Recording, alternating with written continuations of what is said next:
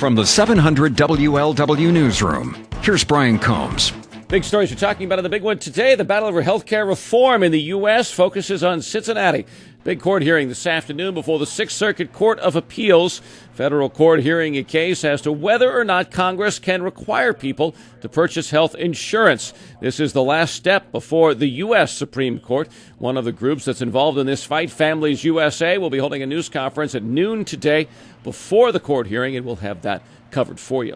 Search goes on for a man wanted in connection with an abduction in northern Kentucky. It happened yesterday, according to the victim at Crestview Mall. The victim says she was grabbed by a man who forced her into her car, then forced her to drive to Cleves, some 30 miles away. She was tied to a tree, bound and gagged. Apparently, this victim in the case was able to escape from there. Police found her walking near the Cleves Waterworks. Police now trying to piece together exactly what happened. They're hoping to find the car of the victim, 74-year-old Ann Lee Ernst. It is a green Taurus, late model with Kentucky plates.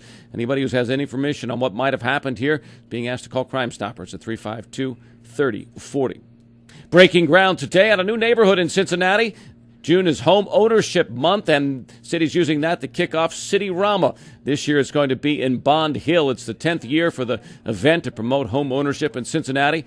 Build new houses, these to be in the upper $200,000 price range. Houses should be ready by September. Schools across the tri-state shortening their schedules and relaxing dress codes because of the heat yesterday. One of the hottest days to end the month of May in history. Temperature hit 92 degrees. Not going to be quite as bad today and tomorrow, according to the Fox 19 Storm Tracker forecast, but look for 90s again by the end of the week.